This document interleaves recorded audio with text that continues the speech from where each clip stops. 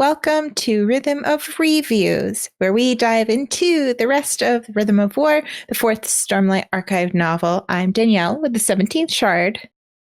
Hi, I'm Marvin. And I'm Eric. Hey, it's our last episode. Last episode of this. Yes, it's quite long-running series at this stage. Yeah. Like, we've been on video calls a long time doing this very consistently. And I finally got a new camera. Yes, Danielle finally has frame rate just in time for the last episode.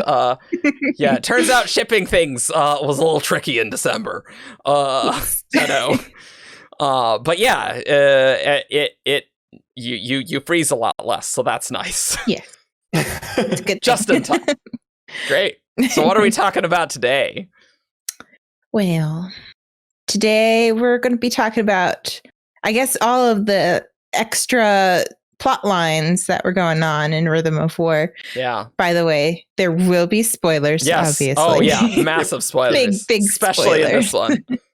Yeah. Spoilers. So we'll talk about Dalinar and Jasnah, Taravangian, maybe some other interludes. Little bit of interludes, yeah. Lots of fun stuff to go over. Yeah. So basically in this, we'll talk about Dalinar going to battle in Emul with basically the full force of Urithiru, except for the people who were left behind, Kaladin and Navani and the others. Plan. Yeah. Worked out great. I know, it's kind of obvious in hindsight.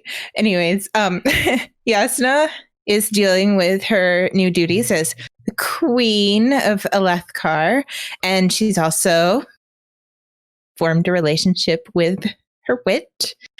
And then Dalinar later on decides to go and try and learn bondsmithing from Ishar, that goes realizing that he's a little unhinged. And then yeah. Ishar's the most sane, Marvin. I don't know what you're talking about. Nail is very trustworthy. Ishar's great. Yep. And then lastly, we'll be talking about Szeth deciding to kill Odium, I guess. But then Taravangian decides to take up the shard. I'm sure nothing important happens in this one. No, yeah. Just little minor events. It's definitely, you don't, when you first read the book, you're like, where are these interludes with Taravangian going? And then it's like, oh, that's why we're doing the interludes with Taravangian. Right, okay, got it. We figured it out. Yes. So, my first question for you guys. What did you think of, let's say, Dalinar stepping back? Because he is not in this book very much. And definitely I can understand people not liking that Dalinar is in the book significantly less.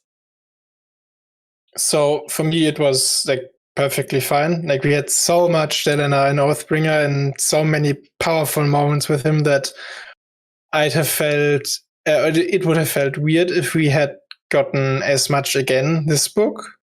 Like and we do know that book 5 will be like a big Dalinar book again, so I don't think there would have been enough to consistently like just produce many interesting moments. Like we know that Dalinar did interesting stuff, or like he did stuff in this book, like he coordinated the entire campaign in Emul, but that wasn't really interesting to see, so I'm perfectly fine with how it turned out. And the scenes that we did get to see were like, they were really cool to find, I feel, and like especially we also got to see him sort of facilitate other characters' awesome moments, like when he, or Kaladin's awesome moments, so that was a nice role to see him in, so like the real bondsmith role and not just this, I don't know, really front and center character.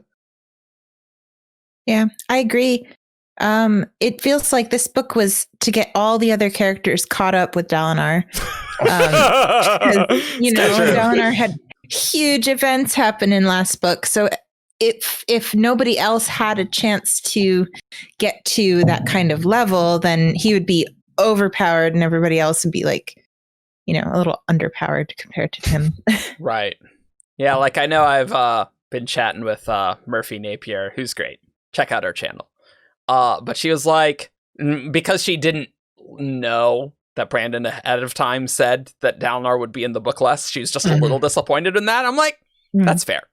Like, we knew that would be the case, because, you know, we're kind of like we know what Brandon said and about like the next book, and we know book 5 is gonna have more, but so it was interesting to hear from people who like knew less about that and be like, yeah, I wish we didn't really follow up on a lot of Dalinar stuff, which is totally true. We like there's so much stuff in that end of Oathbringer that we have not followed up on, but I mean, obviously, with how this ended, we're setting up big Dalinar stuff in the next book. Oh yeah, Definitely. I do feel like at the on part 1, I remember Navani saying like something like, or other characters lead saying Dalinar is acting like he knows stuff and like but doesn't let it on and things like that, and that didn't come through too much in his actual chapters now, like because he was only starting to figure out his bondsmith ability, so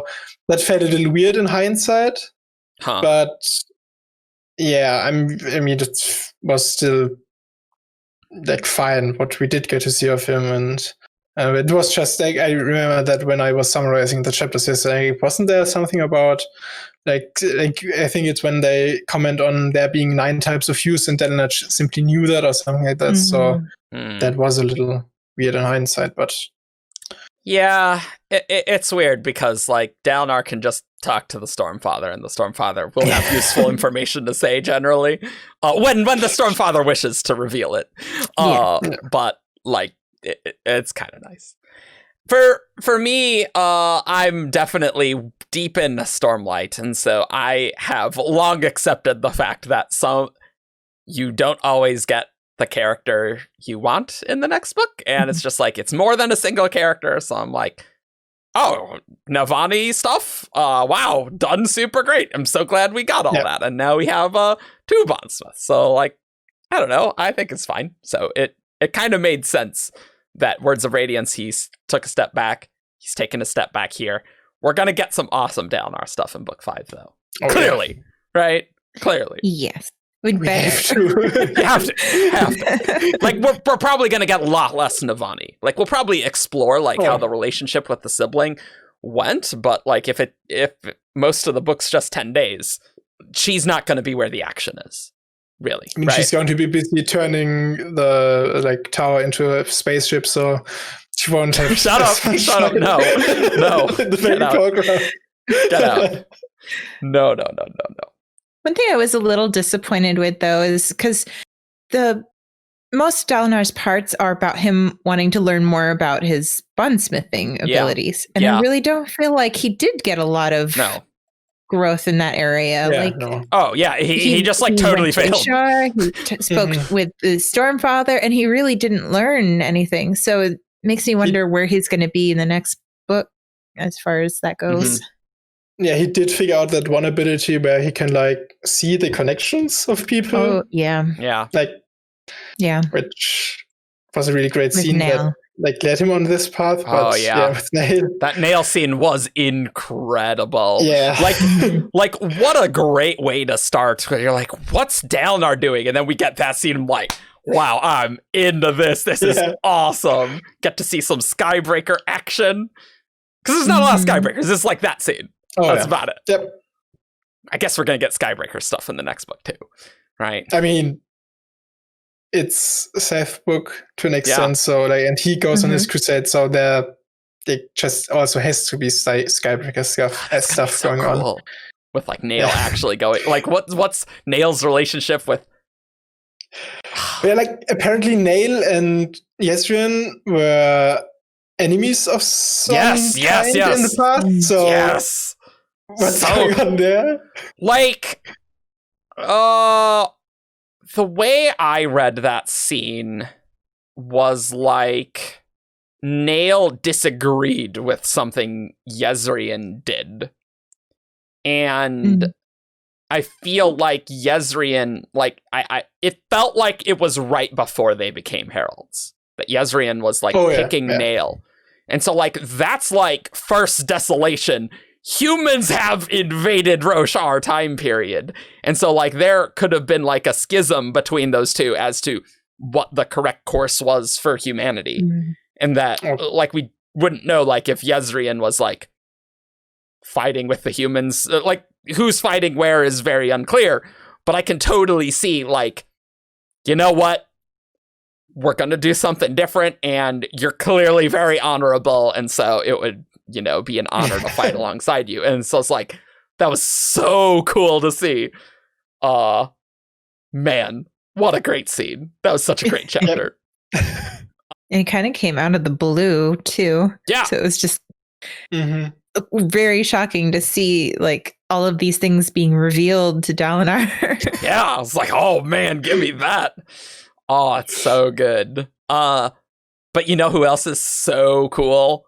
Jasnah in this. Yeah.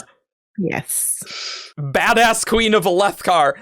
She's that amazing. certainly was paid off from Oathbringer. She is very badass. Yep. Like, I mean, realistically, there were really only 2 scenes. Really? It's just those 2 chapters. But like the chapter with like deposing Ruthar. I mean, he did die.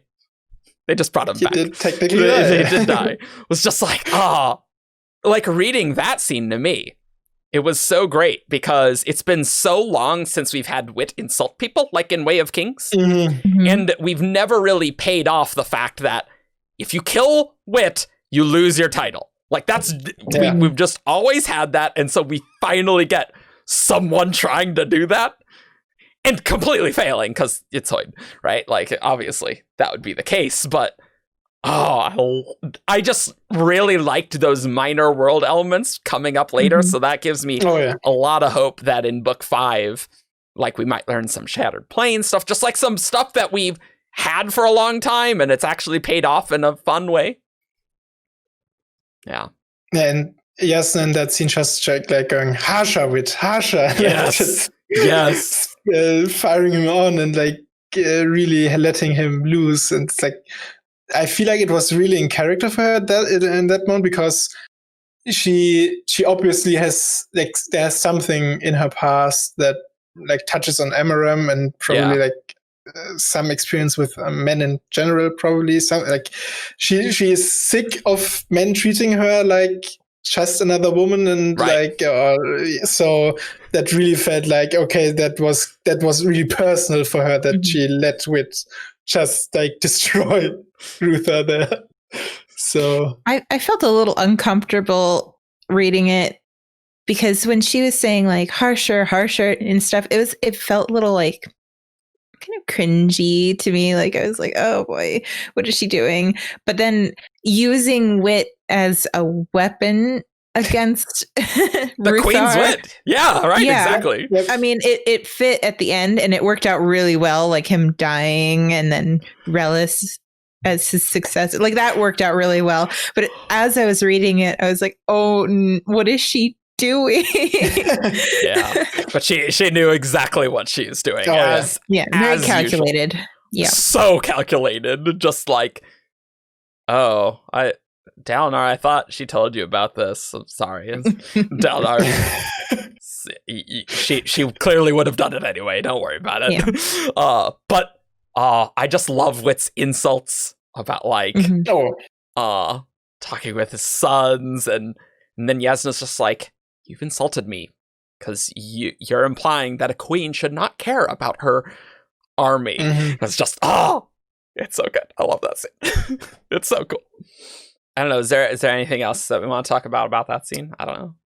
Well, it has one of the worst insults in Stormlight. Oh, which one? I wrote it down in my notes. Excellent. It was you storming personification of a cancerous anal discharge. Nice. It was. I like it. I like harsh. it. I like it. I like it. Yep. I mean, it seems good. I like that we're just killing off the other High Princes that are like, we're not going to be dealing with these idiots in book 5. We got other stuff to do. And It's a very Alethi way of dealing with it. Yep. Yeah, it is a very Alethi way of dealing with it, but it's also like the discussion beforehand between Jasnah and Dalinar about like how she's trying to reform their system and she thinks she might be the last Queen of Alethcar. It's sort of ironic that she then like uses her very own system, like that monarchy and like her power to then get rid of the High Prince. So yeah, it's like she definitely like she wants to change the system, I feel, but she's also like perfectly willing to just use it while it's there and like use it to her own ends. So very Jasnah-like. Oh yeah. In that scene, I just love like Hoid, he's like getting out the sword. I'm like, whoa! Is there going to be something happening with the sword? No, nothing's happening with the sword that we know of. But just seeing him like, oh yeah, sure, I'll take out the sword. Trauma combat accepted. And like, he's not in any danger whatsoever. If Jasnah is not a danger to him, then like, what's this Ruthar idiot gonna do? Nothing. But it's still like, oh man. Why don't we just talk about the other main Jasnah chapter? Of her kicking ass in Emil. Oh, so cool. God, I love that scene. So cool. I loved how, I said it before, how cinematic it was. It was so clear in my mind as I was reading it. I almost forgot that I was reading it. I was just watching it happen. I feel like she channeled a little bit of her inner Dalinar there, like just letting completely loose on the singers and just destroying them. Yep. And how she talks about like she doesn't even want to use her powers right now. She wants to feel the raw battle, and it's like so cool. What a great writer that Brandon can have someone using Living Plate in point of view, and it still feel really awesome that Kaladin got his. Like, maybe it's a little contrived that Yasmin will be like, yeah, I don't want to use my powers. We gotta have Kaladin have his big moment, but she does realize it made sense that she would want to do that because she's never gotten to do that, right? As a woman, and like combat. Yeah, how awesome was that? We wouldn't be thinking about that this early in the book on a first read. That's more of like a foreshadowing that you figure out later on, I think. Oh, sure. Yeah. As far as the Living Plate goes. Oh, yeah. I mean, we figured that, like, obviously people get plate. But it's just... I imagine it's a very careful balance for Brandon because Jasnah is ridiculously OP and knows a lot. So Jasnah chapters are pretty dicey to put in the book because, like, oh, what's going on with this? You know, stuff like that. And like when she does soul cast, like you can already see that she's really advanced in her application of the magic. And like when she does soul cast, she's not like she used to back in the past, but now she simply imposes her will on whatever she's soul casting. It's just like, be what I want. And like, it's just awesome. I am excited to actually like know soul casting stuff. That has been a long time that we really haven't gotten expert soul casting because Shallan like never uses it. Just like never. Like, I would like some of that, please. Yeah, what I also really liked about the scene was the commentary from Ivory. I was like, oh, the queen doesn't have to use her abilities. No, she can. Ivory is pretty great. I've definitely warmed up to Ivory. I still find the Inkspren like construction of language just a bit jarring to me, but like it's very distinctive. So I mean, you know, it's an Inkspren pretty easily for sure. Maybe this is skipping ahead a little bit, but like in that chapter, like Jasnah goes to talk with Wit, and they learn a bit about the Ghost Bloods, and Hoid's like, "Let me tell you about Thydakar." Scene break. Oh, it's just like the Recreants thing in book 3, where they're like, "I will tell you about the Recreants, Moash." scene break. It's like, well, we better freaking get some answers in this book or I'm gonna be pissed. We did. But what did you guys think of Hoid and Jasnah? What are your feels? This is contentious, I feel. I'm trying to remember what my reaction was when I was reading the scene. So maybe I'll set the stage for listeners. There are definitely a lot of people, especially in the Tumblr side of the fandom, but we see it in 17 Chart a bunch, who just headcanoned Jasnah as being into women, not men. And so people were just a little shocked that she would like be romantically involved with a man. Granted, she is ace. I know Shannon felt like in the later scene with Jasnah and Hoid together, Shannon feels that Brandon didn't really nail being ace in her POV super great. But anyway, so that's kind of the thing that people have issue with, because like there's lines where Jasnah's like, you'd let a man have power over you, like in Words of Radiance, things like that. That's like, yeah, there's definitely some stuff there. Yeah, so I headcanoned her at probably like at least bisexual, if you can say that. Like, she'd definitely be into women. Like, that Brandon has now confirmed to be at least hetero-romantic. It's like, okay, good to know. It still like doesn't necessarily feel that right to me, I guess. But I can sort of like, at least she doesn't like, I feel like she's more attracted to, I don't know, like she's attracted to Wit because he's such a mystery to her, and is like they can have conversations and they can like are not necessarily on equal footing what like their experiences are, because are concerned, because Wit obviously has a lot more experiences, but like they can talk to each other on an intellectual level, and so that's what's stimulating her in that relationship. So I do like that aspect of it, that Wit sort of forces sexuality on her, like that it does read a little bit like that in that scene. It does feel off to me as well. Like, I don't necessarily feel like it's off, but I think Hoid, probably being just a hetero man, maybe wasn't familiar with how to deal with Jasnah or what she might like. So he's trying these things to be romantic, how he would normally do it, and she's not responding because it's just not something that she's particularly interested in, but she's more interested in his mind and his conversation. I think Shannon was saying in Discord that's like, how does Hoid, after living for thousands of years, not know what an asexual person is? It's like, that's fair. Yeah. I mean, he might know, but he might not just have ever been in a relationship with someone who felt that way. So, and I mean, he's got to learn something new sometime.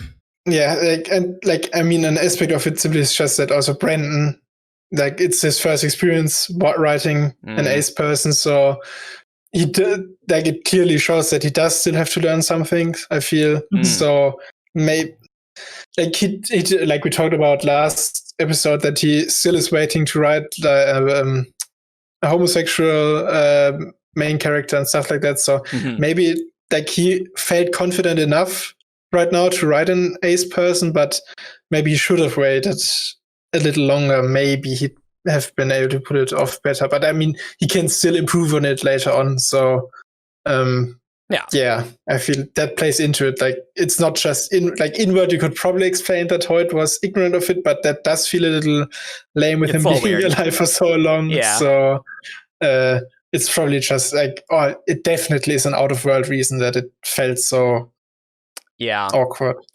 And my understanding is that there are ace people who will have sex, and it's just like not what they're into, but like it's fine. and there are others that are uncomfortable doing that. So, like, I mean, I don't know what it's like, but that seems to be from what I've heard how things go. That I don't know. It in some sense, if you love your partner, then it's like, well, I'm not really getting a lot out of this, but like it brings joy that you're having fun, and then I don't know, you know. But it also would totally make sense if someone was not into that. But I like it, realistically, I could only see Jasnah with two people. Like, I thought of this after the book came out, and it's Hoid or Chris.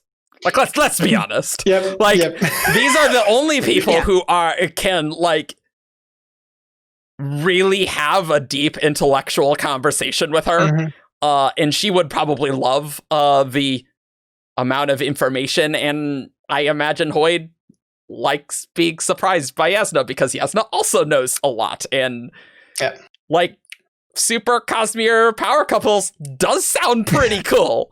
It does, but we just didn't get Chris in Stormlight, so yeah. If we wanted to stay on Rosha, I guess I could have seen her with like another Versatilian,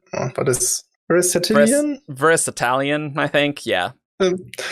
Those people, all of them, maybe I could have, like, if we wanted to stay in Rosha, but yeah, I agree that if we had anybody to choose from, those two, and like, I like the relationship itself. Like, it does feel like they do feel right for each other in a way, like Wit and Jasnah, but the execution wasn't necessarily as well as I'd have liked it. Sure. I do appreciate that he's adding in a lot of inclusivity into the books and everything. I did feel a little bit of like tokenism here. Just like everybody had a lot of expectations for her, and it might not have been his. I don't think it was his original plan for Jasnah, but he kind of, I don't want to say that he felt pressured or anything, but it ended up happening in the way that fans were wanting. So I think we're in that annotation that Bren wrote after the Jasnah appeared. It was like, it was like chapter 17, I think. Yeah. Something like that. So he did talk in that about how he originally had her planned as bisexual, I think. And like, but he still had her in a hetero relationship, and like he didn't want to do that, or like at least he thought about making her bisexual, and like it didn't, because he still had her with a man, so that didn't feel right to him. So he decided on this course instead. And I mean, I can totally understand, because like bisexual people would probably have felt like, why do all the bi people end up with men? Like the bi women end up with men anyway. Like with Shallan, right? Yeah, exactly. So yeah, I feel like that's like, I don't think he had her planned as heterosexual at any time. Like that just doesn't feel right for the character to me. But I mean, yeah, we don't know Ben's line, so yeah, especially after seeing her interaction with other men. Yeah. All of this has made me realize that when I'm writing books, maybe don't have characters with totally ambiguous orientations. Maybe just decide that straight up and make that very clear from book one. Then you don't have any problems. And just like if people can, if you don't need to give people like vague hints about people being queer, and you could just like straight up say that up front, and like that, that's okay in society, that'll be great. Because then, like, the whole reason why people need to read clues into, like, are they queer? Is because it's not been socially acceptable, and, like, we're just starting to get, like, society on point with that, without, like, people going crazy, right? So, like, that'll be nice if we can get to a point like that, and just, it's like, this person's gay. That's what it is. I'm just like, great, cool, got it. But I don't know. Yeah, it's like, to me, it makes sense that Hoid and Jasnah could have a relationship. Like, that really does feel plausible to me, just like intellectually, and totally makes sense. Jasnah would be into the intelligence. It's like, I forget the term. Was it sapiosexual? Yeah, I think sapiosexual. Like that's. It's like I they're definitely colleagues with benefits. Yeah. Well, I mean, they're definitely together. Clearly. Well, something that I actually find interesting is that Hoid apparently is like interested in a relationship still after like there often is the trope that like immortal people simply like they don't want to go through relationships anymore because for one they don't want to feel that loss again probably when they lose the mortal person again. So it is interesting that Hoid is still up for it, I guess, or is interested in a relationship. That's just interesting to see. Well, like that, even the heart feels what it feels. He might not have been intentionally looking for it, but he found himself enraptured with Jasnah, like all of us. Yeah, and like, if you've been alive for 10,000 years, Jasnah is a special and unique person, and I'd be like, she's awesome. What can I say? I'll maybe have to deal with that, but I'm not gonna meet other people like this one. It's like, yeah, you're right. You're totally right. I think it's sweet. And that just made me realize it would be really neat if Jasnah was just hanging out in the like Scadrian cognitive realm and like in Era 2. Yep. And Hoid just goes to visit her from time to time. That's totally plausible. If they figure out in the next book how to get Radiance off world or something. Yeah. Shallan could be anywhere. One more thing I wanted to say, my lovely fiance over here, she did not quite understand why it was necessary for Hoid and Jasnah to be in a relationship. Like, because clearly Brandon feels it is correct that they are in a relationship, but she's like, why do they need to be in like a romantic relationship? They could just like be super powerful colleagues and friends, and like I don't know. That was her argument. Like you could have just had it in such a way that they are close colleagues and not be in a romantic relationship per se, right? So well, that actually makes me wonder if maybe like later on down the road this relationship is going to be important in some kind of plot driven way. Yeah, that's what I told her. Like, I mean, I guess Brandon has plans for it. Like, I don't know. But like right now, yeah, that it doesn't seem necessary, but yeah, it might be necessary later. And he could feel like he needs to establish it a little early on, and then later on something big happens. Yeah. But I do think it's probably a good idea that we don't just have every bisexual character be in a straight relationship. That's like most of the girls I've been with have been bisexual, just as it happens. And so like that's totally fine. But you know, people kind of want some representation, you know, and not just be like, yes, I have representation, but they're all straight anyway. Like, that's makes sense. I have another point about that scene in general, not related to the relationship. It's like Alethcar name drop there. Yes. I didn't like it at all. Like in hindsight, it just felt like the ghost blood reveal and like the hidden pen Hordling. That was really nice.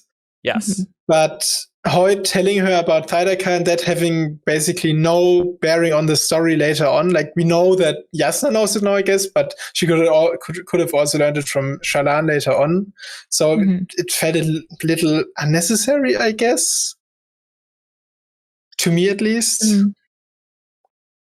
I would disagree because, I mean, it's tricky, right? Because the Alethcar reveal that we get with Shallan at the end of her last scene, if you're into the Cosmere, that is a big reveal. Like that is really cool. So like I like foreshadowing it in that way, but like maybe if people are a Stormlight only reader, then it does feel a little weird. But I suppose I think you do need you can't just have Shallan just immediately having been told stuff about Thydacar in her last scene without kind of foreshadowing that Hoyd definitely does know about this. And we could probably have like assumed, Hoyd knows a lot of stuff.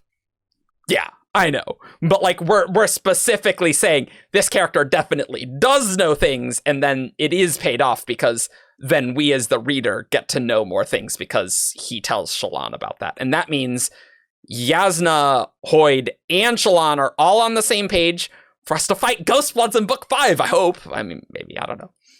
So, I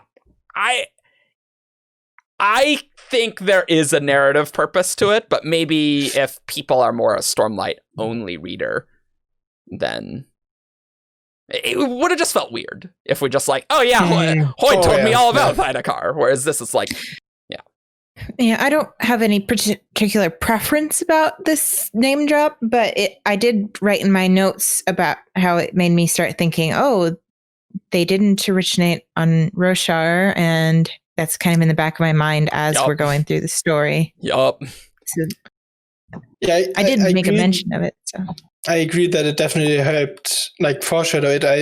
I don't know. It's just the execution, I guess, is what I had an issue with. Like the execution of just Thydacar scene break type thing. Yeah. I mean, like, it's a classic technique for writers to leave these little things. That's why they're called page turners. Yeah, but the problem is we didn't really get that particular scene like fulfilled at any moment. Yeah. Like we then learn it through Shallan learns it for us, and so that was actually when I read that, I furiously flipped forward just looking for the Jasnah chapter icon, whether it does get answered. Right. It doesn't, you do have to wait quite a while. The problem with like using that technique at times, like in a thriller, you can do that because like short chapters, there's like kind of a hook for the next chapter. You can read the entire book in a sitting. Rhythm of War is massive. Like few people are going to read that entire book that way. So it's hard to like keep that in readers' brains for so long, in a sense, right? Like I know my mom, she read Rhythm of War very slowly.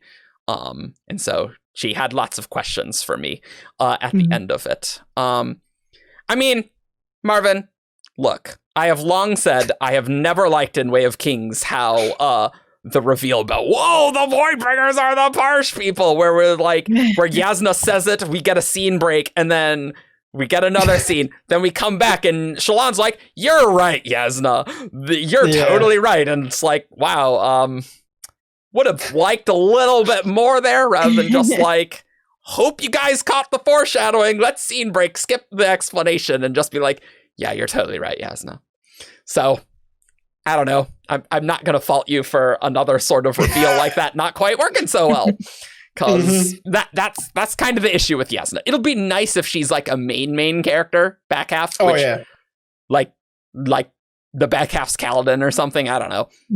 Where we like get to learn stuff and we don't need to hold back all the time with what Jasnah knows. Yeah. Right?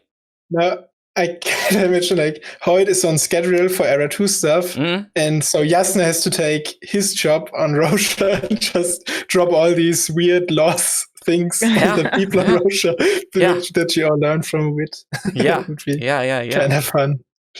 But yeah, it'll be easier when Jasnah's a main character because then we don't need to have awkward scene breaks to save for the right reveal later, you know? Yeah.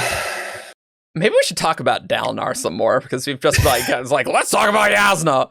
I know, and she only has 2 chapters. I've turned a little bit. Well, I mean, like we do see her later, and like the Hoyd Jasnah relationship, we did need to dig into that. What did we think about the Dalinar's whole? Well, I guess there's 2 things. There's Dalinar doing connection-y things, right? Like he connects with Kaladin at the end of part 3, and right before he swears the fourth ideal. Those are the two times he does that. What did you guys think of that? They were awesome. It was cool using his bondsmithy powers to do that, and the Stormfather is pissed. And I love how Dalinar accepted Kaladin's oath, right? Yeah, that was really nice. Okay, so we didn't have much to talk about there. All right. I don't really have much to say. I mean, it was cool, but...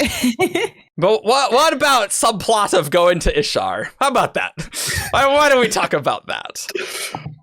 I did not like Ishar one single bit. I don't like him. I don't want to read about him. He's disgusting and gross. So, as my favorite and least favorite scenes for these particular characters, I wrote down the scene where Ishar just casually offers to take over the bond with the Stormfather. That was oh my god, that's so fascinating what a bondsmith apparently can just do if he's at his height and unchained, and that was awesome to me. They're ridiculously overpowered. Yeah. Holy crap. And then immediately afterward, the scene with the spread in the physical realm, that was just, oh my god, that's so abominable. And we haven't really talked about Szeth very much because he's not doing very much in this entire book, honestly. But he I love that Szeth was there and getting to use Nightblood to sever that connection there, and also putting a dent in the or a little break in the honor blade, and it's wow, Nightblood's overpowered, and then you don't even know Nightblood's really overpowered. That was awesome, because that wouldn't, that would definitely happen in to a shard blade even, and the honor blades are ridiculous. So the fact that Nightblood could do that is insane. And I feel like when Dalinar went to meet with Ishar, it was what did he really think he was going to learn from him? How would he even approach that?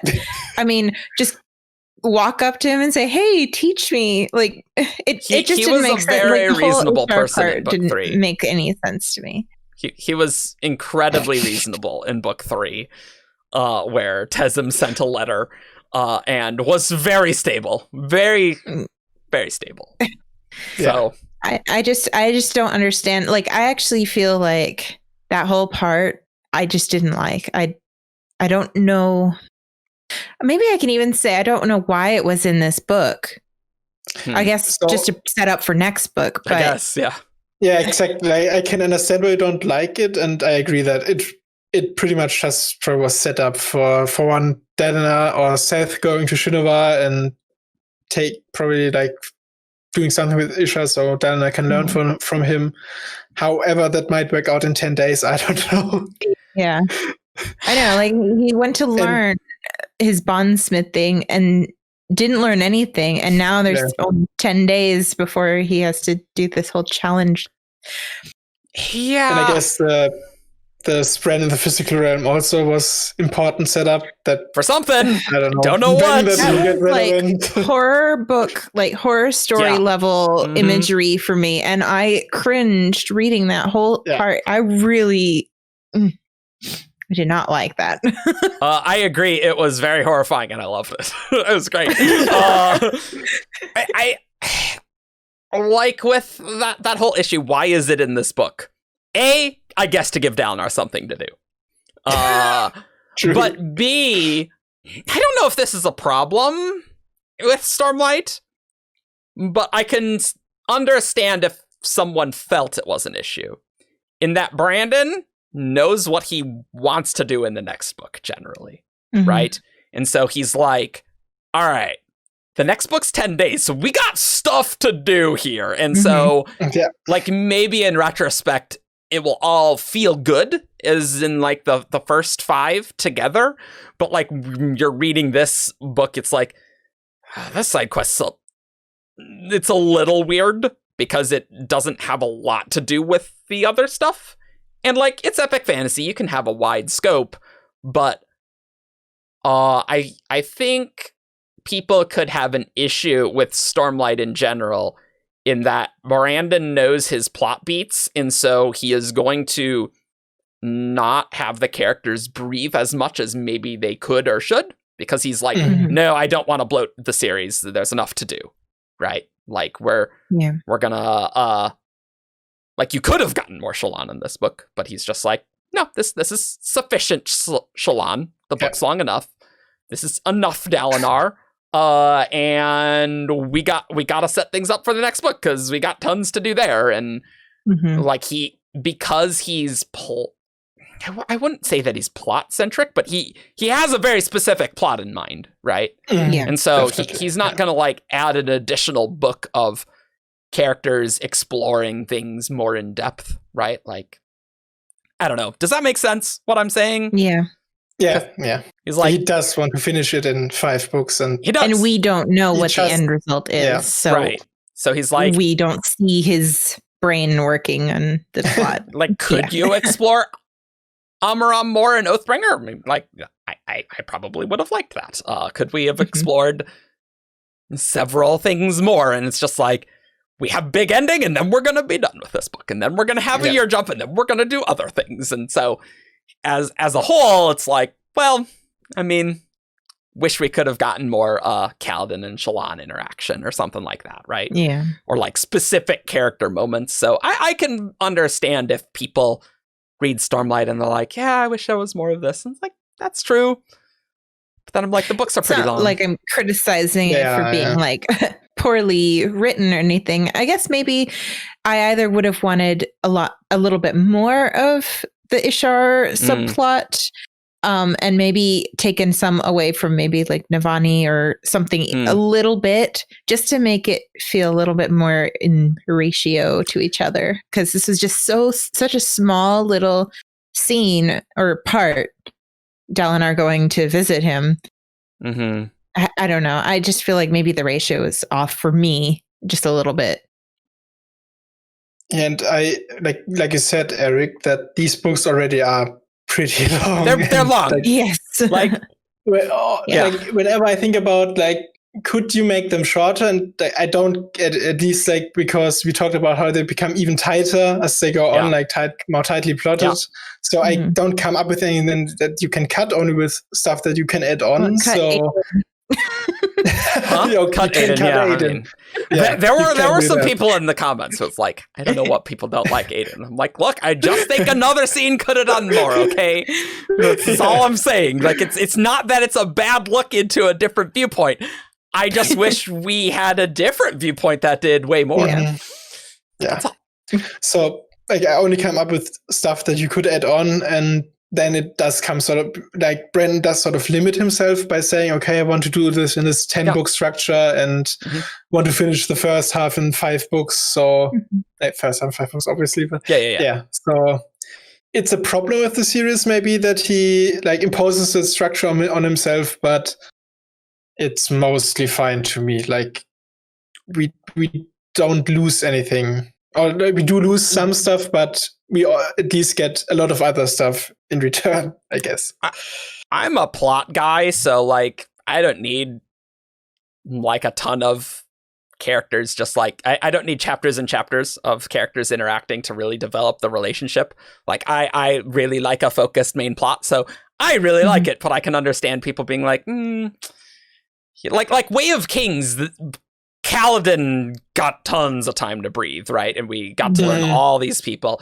Shallan got to breathe too. And so as the plot is getting more in the forefront, right? Like, I can understand someone being like, I wish we got more time like we did in Way of Kings to explore the characters. But, Danielle, did you think it was an issue that like it was happening in part 5 and those like distracting from the Urithiru stuff? Was that part of the issue? No, because it was good to have a little bit of breakup in that big, like, part that is basically one giant scene. I don't know. I felt like it was a little tangent that wasn't related to everything else. Of course, it will be, obviously. It's not like it's unimportant. It's going to be extremely important. It's just, I don't know. That was just my little tiny complaint. you saying it is a a bit of a weird tangent. I mean, yeah, you're right. You're not wrong. Like that's the thing. It is a tangent, and like I thought it was cool, but that doesn't make it not a tangent, right? Like it is. It's kind of a weird tangent and stuff. So you're right. Yeah, something I did like about the like spread in the physical realm scene was that it sort of at least answered the question I had from earlier in the book, like what were the Tukari doing? Yes, we did need that. Yes, exactly. That at least was nice to get some resolution to that and not have to wait forever to get an answer. So that was actually important to do in this book, because it'd be like, what the crap was going on with the Tukari, right? Like that. Right. I liked how subtly he did that without needing to like say, this is what the Tukari were doing in Shadesmar, right? Yeah. Like you can fit it together with like... You infer it from the information. And it's an easy inference, I think. Mm-hmm. Now we all have the characters to tell each other about their discoveries. Yeah, and like we needed... We needed the scene with the Hordling, with Jasnah and Wit, to kind of be like, oh, that's how the Ghostbloods knew about the other thing in Shallan's plotline. So, like, in that sense, how things link together, actually very clever in certain ways. And how, like, we get Dalinar still relevant in Kaladin's stuff with the storm. Like, oh, sweet. But Dalinar's side quest to Ishar, it didn't go great. And, you know what line I love, though, in that Ishar stuff? When, like, Ishar's fighting, like, the 5 Radiants or something. A bunch of the Radiants. And Dalinar's like, how good is Ishar? And he's like, he's middle of the pack. He kind of sucks. Not and who's the best? Talon. No question. Talon. I was like, oh, man. Like, what this does do, and I don't think we're going to get a lot of this in Book 5. Oh, no. But it sets up the Heralds being awesome for Herald stuff. And I don't know about you, I've been looking for a long time. Heralds being truly heraldy, full power. They're gonna be so awesome. Yep. And, especially Talon. yeah. But like, I wonder, like, Ishar, like, he almost had like Atium shadows, right? Like, it's kind of interesting there. Like, I wonder if that's just a Bondsmith thing, or... Well, it kind of reminded me of, like, the connection thing that Dalinar did. It's like a little version of it. Yeah. I think that's kind of how Atium works. Like, it's using those connections. Like, that's kind of romantically probably what's going on. So, yeah, totally agree. So it's just, oh, man. The Heralds are going to be terrifying. I'm so excited. I'm so excited. Yep. If they don't keep dying off. We'll see them in the Desolations at least, or first Desolation stuff probably. So yeah. I don't think Talon's gonna die. I could, like, on that note, like, could Kalak die in Book 5? I think that's totally plausible. I can definitely, he's expendable. Let's be honest. But, like, I don't think Ishar would die Book 5, and I don't think Talon would die, and I don't think Ash would either. Like, there's clearly stuff going on with Talon and Ash. Like, ever since that Words of Radiance interlude with Talon, oh man, I want to see Talon full power, and what is going on with that? That's gonna be so cool. I mean, maybe Ishar could die, and we could, like, see him in the flashbacks, but... And I also could see Nail dying with, like, I don't know, Seth maybe reaching 5th Oath and, like, becoming little and saying, what you do is not righteous, and, like, I don't know. Oh, that'd be like cool. That, so. That'd be cool. If Grace is wrong and Zeth is not Odium's champion or something like that. That would be a cool way to have Zeth have a climactic duel, right? Yeah. Because we need Kaladin to have his climactic duel with Moash, right? And so, like, if Zeth isn't champion, I think that's really good. Yeah. And then, like, we learn that Ishar was the one Odium first tempted to mess with the Surges. Oh my god! Oh, Ishar, you screwed everything up so many times! What are you doing? Like, basically, it's like everything's Ashar's fault. Like, he was tempted by Odium, is like, well, that didn't work out great. And then, like, they have this plan about the Oath Pact. Don't quite know how. I mean, it's a binder of gods, right? So, like, what does that mean in that? But the Oath Pact didn't really work great. Let's be honest. Not a great plan. And now he's totally insane, and so everything's Ashar's fault, basically. Yes. I am A-okay with saying that. Yeah. I just don't know how we're gonna go to Shinovar and like it's not gonna work to save Ashar. Like, he's totally lost. Like, what are you possibly gonna do?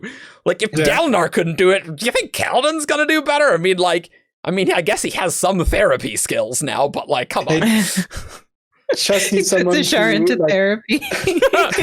You and Zeth, you guys need to sit down in our group about like what could possibly go wrong with this. Then we have the scene where Odium and Dalinar meet. And it's like one of the last times we see Race, Pie Race. Yep. It's kind of terrifying. Dalinar potentially becoming a fused for all the rest of the Cosmere, so that's not great. Mm-hmm. Yep. But I don't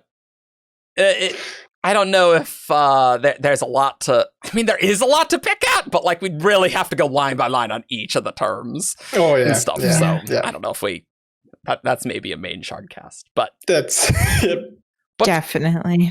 But there was a line that maybe that's like later when Dalinar's talking, like right at the end, where he's like, yeah, so it's happening in 10 days. I think the enemy might like make big pushes to like seize what he can. Mm-hmm. So that's good. I do want more wide-scale battles like that Jasnah scene and like the Battle of Thalen Field, because we really didn't get that in this book.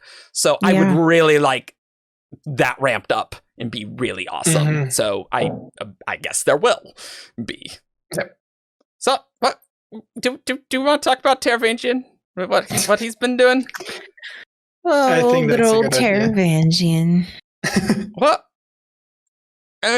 Let's talk about before the big thing that happens at the end. What did you guys think of Taravangian's interludes? I actually really liked them. I didn't like Taravangian before this book, and I actually found myself actually liking him as a character and like actually having an opinion about him as a character. Oh, really? I love dumb Taravangian. He's a great character, and I absolutely loathe smart Taravangian, and so does dumb Taravangian. So I don't know. It was just, I really liked him in this book.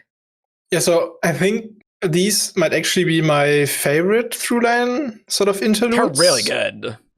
Yeah, so because I don't know, it just really portrays Taravangian really well. And like when in his first interlude, he's like, oh, he destroys the diagram and like he doesn't want to, or like he says he doesn't want to plot anymore and like settle down. But then he's Taravangian, so of course he has to plot and like immediately comes up like, oh, with plans and stuff like that. And yeah, I just really liked them, and especially like when he was really emotional, I felt like that also was really powerfully written or like well written. That like we got to see him on a lot of more intelligent days and see him on a really bad day where he was like really empathetic and stuff like that. Just that like weeping. Was really nice. Yeah, that was really nice to see. Like not nice, but like interesting to see. Oh, it was very interesting. Especially, it's interesting how much I also liked them, because he's mostly sitting around, not doing very much, right? Like, so that's pretty good on Brandon's part. That's like, so I'm in a room and I'm locked up. And that's all the through line. So there's like no motion after that first betrayal. And things. But one aspect I really liked was how Taravangian and Zeth interplayed. Like, because Zeth just goes ballistic when there's the Oath Stone. And I'm like, that totally makes sense. And Zeth's like, no, you're not going to manipulate me anymore. Like, that's a great moment for Szeth versus Taravangian that we haven't gotten since his revival. So, like, that's actually really good to see. Though Szeth, it doesn't exactly turn out great, Szeth, because, like, if you just didn't do that, then you kind of caused a bigger problem. But, like, it makes sense that Szeth did that. Right? Like, he really does not want to be manipulated by Taravangian. And it's like, what is this, Oath Stone? Are you just doing this to troll me? And so I'm like, no. Like, very believable about Szeth. So, like, that this book had a good amount of Szeth where I'm not bored by Szeth. Not that I'm ever bored by Szeth, but talking to David, he convinces me that I like Szeth less than I do. But, like, I loved it. I loved it. I thought it was really interesting.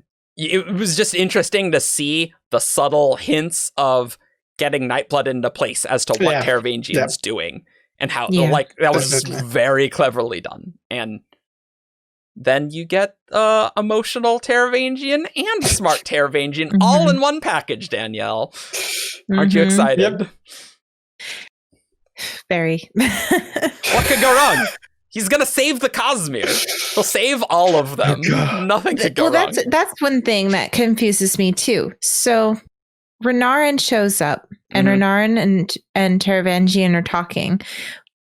Why doesn't smart Taravangian use Renarin's, like, blank slate to manipulate saving the world? I feel like he's completely ignoring the fact that Renarin changes everything. I think he did, because that was the whole reason why he could get Odium there in the first place. It was because of the blank spot and him being near Dalinar and Renarin.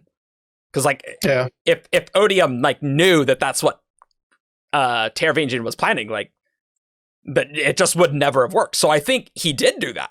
That's exactly what did happen, in a sense. Yeah, and, like, Syanat only was in place due to Renarin, so probably. So that allowed him to even get that plan in motion. Yeah. So, I do think that Renarin, like, played a critical role in his plan. It is subtle, though, because it's like there's a scene and then it's just, like, not used again. But I think it has to have mattered, because otherwise Odium wouldn't do any of this crap.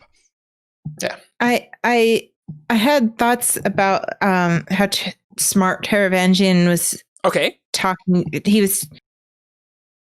He wasn't talking to Dalinar, he was talking to Szeth, and Szeth is not really the most stable fellow, and he's, instead of relying on Dalinar's, like, honor and wanting to do things right now, he confides in Szeth. I don't know, I just was a little confused about it. I think that Szeth thing is just, like, he doesn't really care about Szeth. He just cares about getting Nightblood at that point. Yeah. So that was just the easiest way.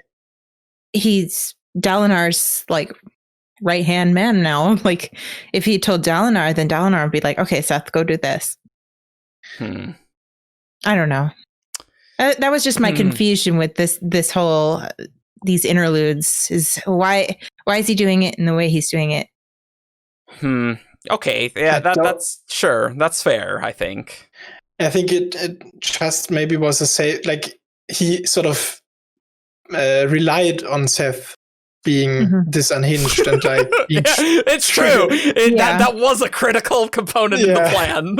You're not wrong. He's been triggered by the Oath Stone, so I don't think it would really have worked if he went through Dalinar. Like, for one, Dalinar might have just said, no, I'm not going to help you in any of, like, I'm not going to comply to these requests. Right. I can give you a minimum comfort, but stop manipulating crap, Taravangian. Yeah. Stop exactly. it. So yeah, that does make sense. Yeah. And that's an interesting point, Danielle, because when we're seeing Taravangian, we are seeing him not knowing what his own plan is, right? So, kind of, we're learning with Taravangian what smart Taravangian was thinking, in a way, right? And, like, why. Yeah. So we never really get a like a smart Taravangian viewpoint as to why he's going with this plan as opposed to any number of other permutations of his plans. So that's interesting. I know we're doing a lot of writing analysis here. I like it. It's fun.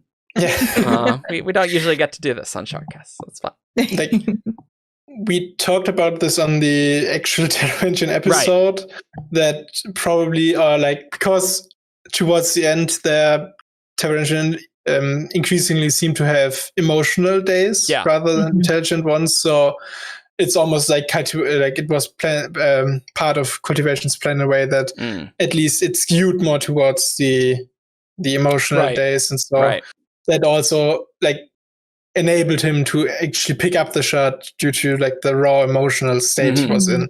Yes. So totally agree. The capacity to save everyone, needed the passion, needed the ability to plan, and like, wow, Cultivation sure did that. Mission accomplished. Yeah, she's a bit of a schemer, isn't she? A bit. Like compared with Taravangian, like, oh my goodness. I'm like, she presumably still hasn't like played Lift, so what's up with that? Yeah. She's got so many weird plans that's like is Cultivation's plan with Dalinar done? Maybe even not. I don't know. Yeah. It seems pretty done because that was a big Oathbringer moment, but I don't know. We would need to see. So speaking of Cultivation, what I actually liked there was when Taravangian was talking to Sharnat, they also like he brought up his boon and curse, and like Sharnat is even thinking about also she's been playing this for way longer than even Audio might have expected. Like she talks about maybe the whole old magic might just have been a front for setting up these people. So I found that very interesting, like that perspective from an unmade on Cultivation. Right. So, sure. Yeah, that's interesting. God, there's a lot of Janat, even though she's so in the background of this book. That's like, oh, wow. Like, how well done's that? Really cool. Yeah, really has me excited for her, like, just doing more, probably, hopefully. Yeah.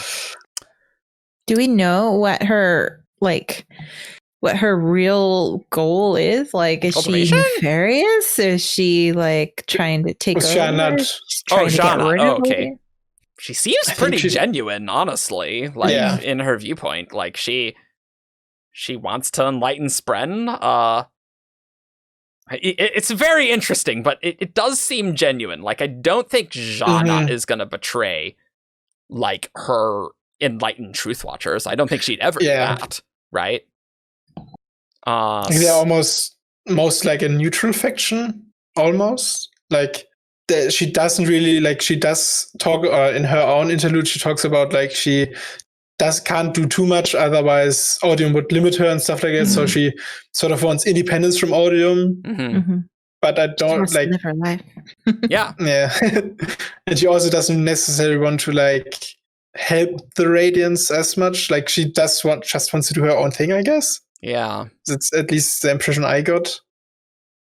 It's very interesting. Like I'm so interested into how Janat will interact with Taravangian, right? Yeah. Like how that relationship will go. Like that's really the open question, right? Like it would Janat didn't really like Race that much. He's kind of an ass. Does Janat and Taravangian get along really well? Possibly. Janat kind of helped Taravangian here, after all. Would Taravangian give Janat a lot of favor in that respect as Odium? Like, maybe, right? I almost wonder if he will even, like, I don't know how feasible that is for him, but how that he might even mask from her that he is now no longer Race. I think Janat would know. Yeah. You've been dealing with Race for thousands of years, right? Yeah, and so like with one simple sentence, Hoyd knew what was up. So like I'm sure the Unmade will, like, they would probably even know better because they could like sense like what the rhythms, right? Like they would probably know pretty quick. So it's very interesting I'm so excited for book 5. Like, what's that gonna even be like? Oh my god, it's so crazy. Now I just want to actually see more Taravangian viewpoints. Still when he is because with Hero that of would Ages, be insanely awesome. Yeah. With Hero of Ages, we had Sazed Ascent, but then the series was over, so we didn't get any viewpoints from him. And Era 2, it wouldn't really fit anymore to have him. So viewpoint wise, yeah. Yeah, Taravangian would actually it would be really interesting to see him, for one, interact more with Caravalium. Yes, cultivation.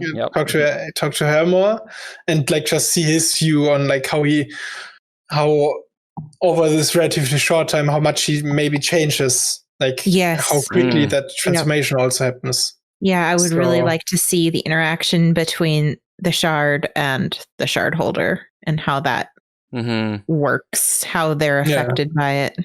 Yeah. Because like a few 2 or 3 Taravangian points of view could be really cool. You know what I think it'd be? It'd probably just be one.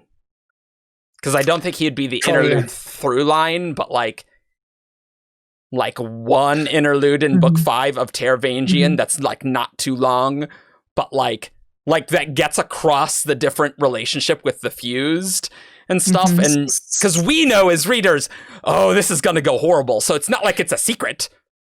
Brandon can give us an interlude, and the main secret that our characters don't know, we already know, so we can do that. Yeah, it could be sort of that one. I don't want to spoil that one chapter in Dawn Shard. Yeah, right. Yep. So, right. Yeah. So I think that is very believable. I'm almost wondering who's going to be the interlude through line in book 5. L, maybe. Maybe even Isha or something. That would be insane. That would be really cool. Don't say that. I almost think it could be Moash. I don't know. Could be, yeah. Because I could see that. I don't know where Moash's character is going either, right? But okay. Hopefully to death, but yeah. I mean, blindness would be weird to read a perspective from. We've seen but it that before. would be really, With powerful magic and odium on your side, you can do anything you need. But I just really want book 5. What is that? It's so hard. I know what our characters are gonna start to do, but how they're gonna do it, and our butts are gonna be clenched so hard. It's gonna be like that show, that show 24, where each episode is an hour of 24. It'd be each episode is a day in the chapter. He could very well he probably wouldn't do this, but you could have 10 parts and it's day 1. Do each of that. I'm sure he'll have so much fun with continuity doing that, but so maybe he won't do that just for that reason. But for Kara, for Karen, our butts are just going to be super clenched. And if we see a Taravangian interlude, it's oh no, oh my god, oh my god, I'm stressed just thinking about it. That. It's always very interesting getting villain POVs, right? But the fact that we know more than our characters and we know something horrible's happening, that means you can let us in on the villain's plan a little bit more than you usually would. Because it's not a surprise for us.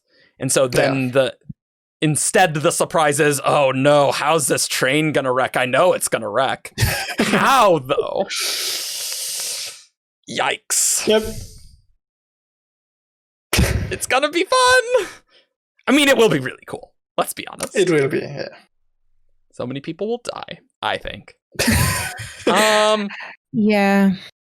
Oh, speaking of character deaths, do you think Dalinar is gonna die book 5? Let's take a quick informal poll here. Let's do it. I'm going to say yes, simply because I want to see a fused Dalinar. Well, no. Well, so are you counting confused as Dalinar's character dying, right? Because like Dalinar would still exist there, but he as a character would kind of die. So there's kind of a different thing there. Yeah. So you want him to become effused. That's what you're saying. Yes, I do. Which would be pretty cool. Yeah, I don't think he will die, but he might fail. Yeah. It's either ascending to honor or becoming effused. That's what's gonna happen, right? I don't expect him to go to the beyond, and I don't expect him to stay as a normal human. Something is going to happen. I don't think. Yeah, I don't see him staying as a normal human after this. This is kind of showing us like something big's going to happen. That's why we need Navani as the new bondsmith, because Dalinar will be doing other things, rampaging across the Cosmere or something. Maybe Navani will actually learn her bondsmithing powers. Yeah, maybe she'll figure out more than what they originally knew. I feel like the sibling. I don't know. It's just really interesting that all the bondsmiths, Bren, are just like, I mean, I could tell you things, but I don't want to right now. I don't like that. Yeah. As far as problems Stormlight has, I feel like an issue is the Spren are just like, look, you'll know it when you know it. I'm like, why don't you just tell us? Oh my god. Or on the other hand, Lift is not letting Wendell speak. Right, yeah. That's true. At least for the Starfather, I think Bren sort of can explain it away. It's like, it's technically like Teneva's cognitive shadow that knows some of this stuff, and so he doesn't have direct access to it. Only when you already basically know it, he can tell you but that's still a little. There's some weird stuff with the Stormfather. We gotta explore that. We gotta explore the bondsmithing stuff. Oh yeah, we gotta do that. And it's just we don't have space in this book. I don't know how we're gonna have space to do anything in book 5 because it seems like there's so much to do. But okay, yeah, we technically still have. We don't have to have one, but we could still get a Night Watcher bondsmith. That's also how is that going to play out? She is sort of there to. Free to do that, I guess. Maybe that's going to be back half stuff. Yeah. Like, I feel like we're not going to be opening too many new doors. Like, definitely some, right? So, I don't think we're going to get a Night Watcher bondsmith in book 5. I don't think so. Yeah, no. That's because that would just take so much page time that we need to do on so many other things, right? Like, you need an entire Navani plot to get the Night Watcher bondsmith up and running. And I sort of expected to I don't think any of the current characters are likely candidates. I think the only thing people have said is maybe Lift, but I don't know. No. It could be interesting. I don't like that. Yeah, it could be a dual Spren bond, bonded to 2 Spren. I mean, granted, or Adolin. Yeah. I mean, I guess we're gonna have Shallan bonded to 2 Spren, but there's still the Shalash Dustbringer thing. I remember. Okay, now that you said Lift, I could sort of see her in back half, having matured a little and having that. Yeah. Okay. Yeah. Bond. I could see that, but current Lift, no. Oh, sure. Yeah. I don't think that's gonna. Lift's the best bet, but man, Lift 15 years older is 15 years older is gonna be awesome. Yeah. That word used intentionally, for sure. Are there any other interludes that we should touch on? Yeah. Since we just mentioned Lift, we could briefly talk about hers. We touched on it about Garrett and his Avia. Yeah. What I found really neat is that apparently Gift Rock's son is at least seems to like her, is a little infatuated with her. I just found it neat detail.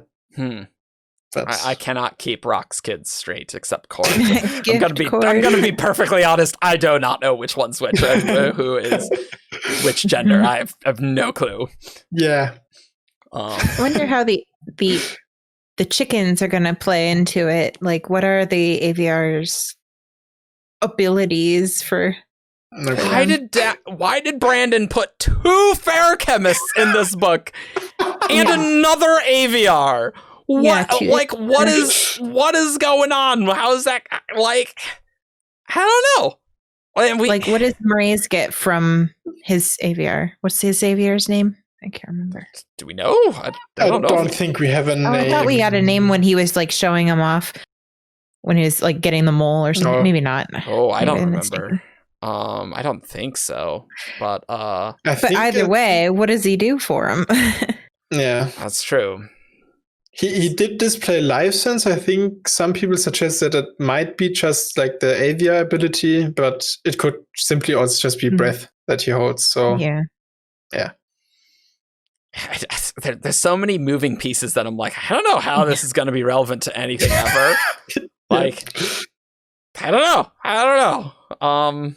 But well, I feel like the AVR are definitely an Easter egg, so maybe they won't play as big of a role because you have to have read this little novella, like, in order to understand what this importance is. I love people going to the Coppermine server. I'm like, that person's a fair chemist? I mean, like, yeah. It's like, why is it an AVR? I'm like, think about it. It's an AVR. Think about it. Yeah.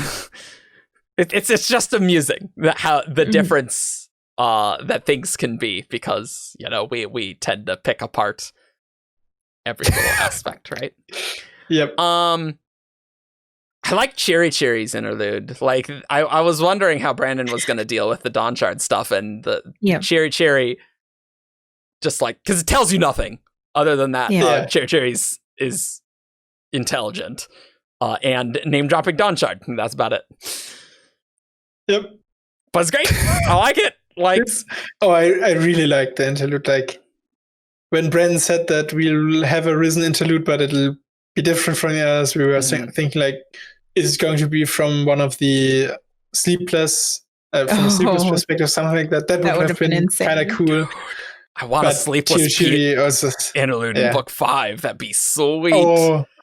But like maybe because it's only been explored in novellas, it probably won't. Yeah. See, you guys got Aiden. We could have had a Sleepless interlude. I don't know how that'd be relevant to anything. Unless Aiden actually. That would be good. I'd like that. Aiden's a Sleepless the whole time. I don't think he is, but I would take that. What if the world hopping Kandra goes to Roshar and kills Aiden and then replaces Aiden? Sure, why not? Yeah. And then gets their own Spren bond. Easy. Yep. The world hopping Kandra just lets you do all sorts of wacky conspiracy theories. I like it. I was actually a little surprised. So no Dawn Shard spoilers, but I was actually surprised because Edgedancer really tied into Oathbringer, I feel. But Dawn Shard didn't tie in as much to Rhythm of War as I thought it would. Yeah, not at all. I mean, just this interlude, and not even that much.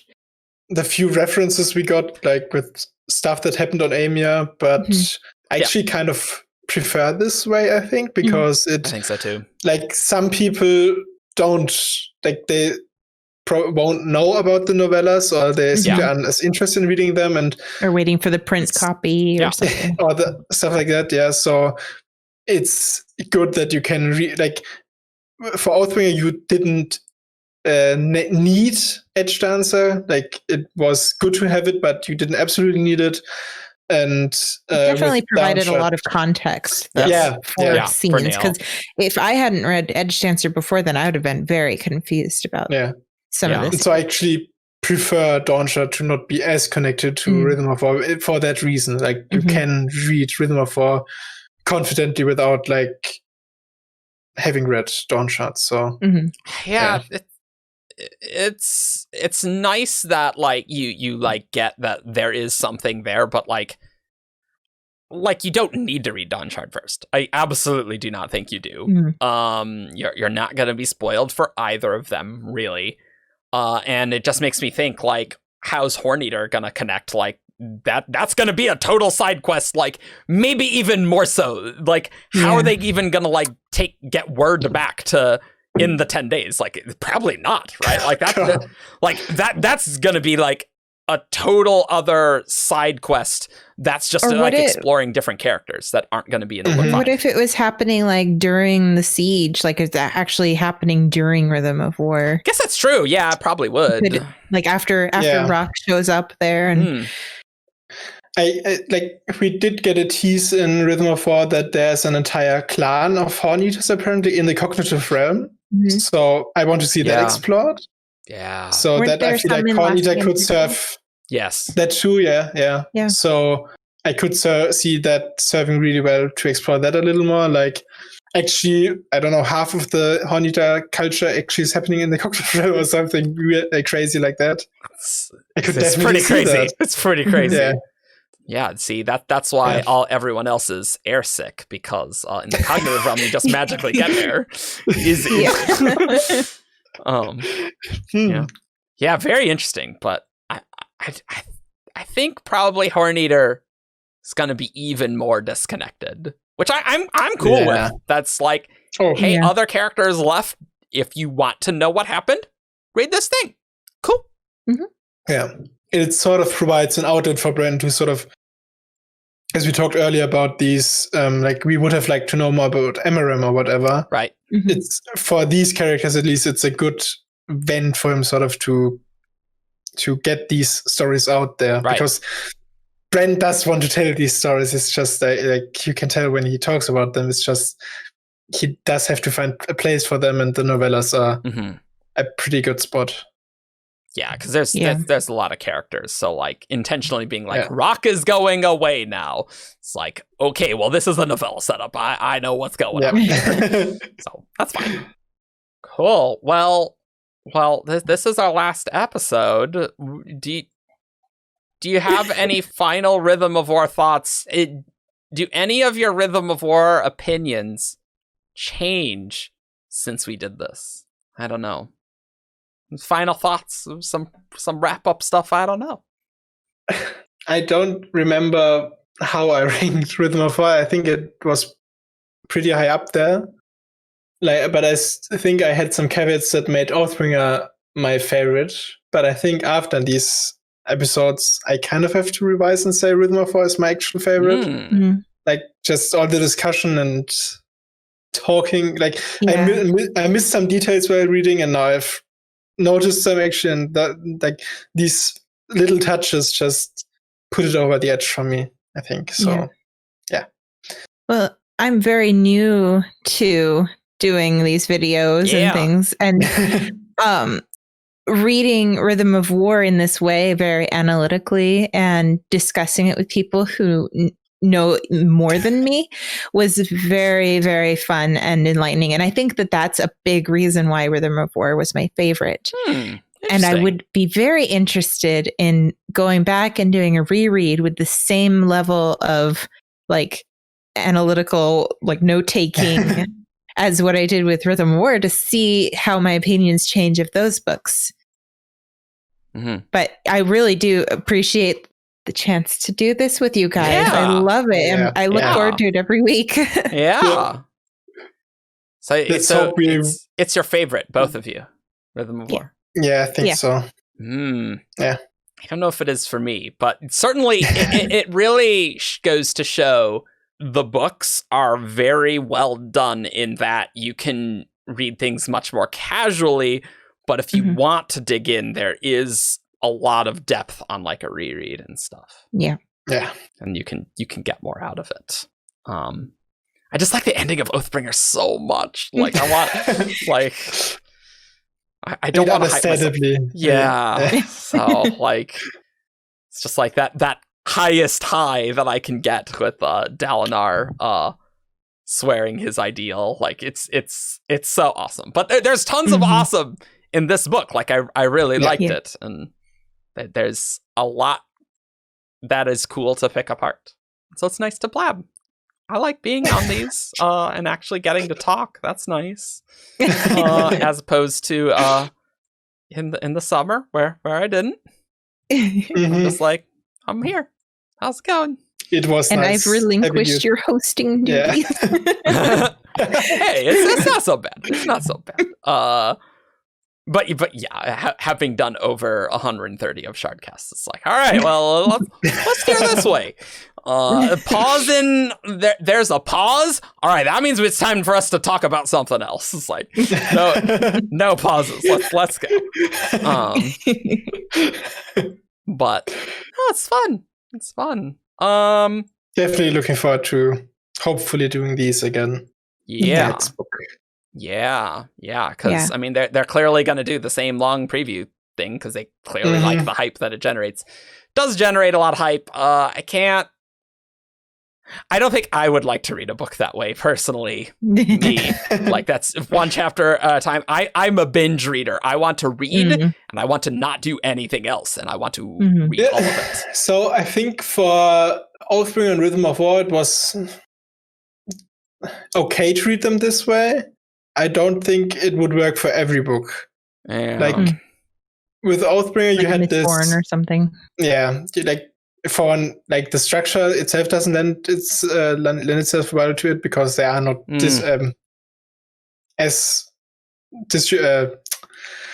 into parts. Yeah. And also, like in Oathbringer, we had this what's her name?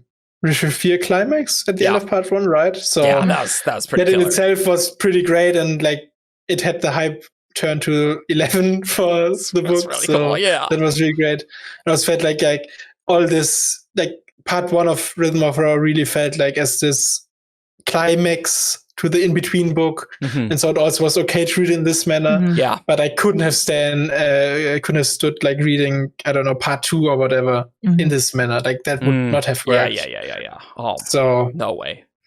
Yeah, it's too much to do. This is actually my first time reading preview chapters for any of the books because the other ones I just waited. I was like, I'm not going to read this. I'm going to read it when it all comes out. Yeah, that's why Grace isn't on this show. Like we asked Grace if she wanted to, and she's like, no, I want to wait for the full book. And so that's why we could have had Grace, but she had other stuff to do. Well, she did the Sylphrena interlude video with us. Yeah. That was fun. But, that was great. We'll need to do other things. I'm excited in like a year for us to do a Rhythm of War retrospective because it feels like this book hasn't, like Oathbringer. There was definitely a lot of people who were like, the book's slow. There's fluff, and like I feel like people picked into Oathbringer a little more than this book. I don't know. Fandom seems a little calmer this time. I'm totally fine with that. I don't know. So it'll be interesting to see what we think about it later. Because I definitely should probably do a Stormlight reread before book 5. Because gotta get that all in a row. Yeah. So you can find us at 17thshard.com and you can discuss this huge book with us on our forums, Discord. You can find us on Facebook and Twitter, SoundCloud, YouTube, Patreon. If you like our stuff. You can find outtakes and fun stuff on Patreon. Yes. Great voice acting, too. It's very mature. Very much for joining us on our Rhythm of Previews and Rhythm of Reviews. Yeah, this is really fun. And we will see you next time on Shardcast. Yeah, we'll have some more videos. It'll be fun. Yep. Bye. Bye.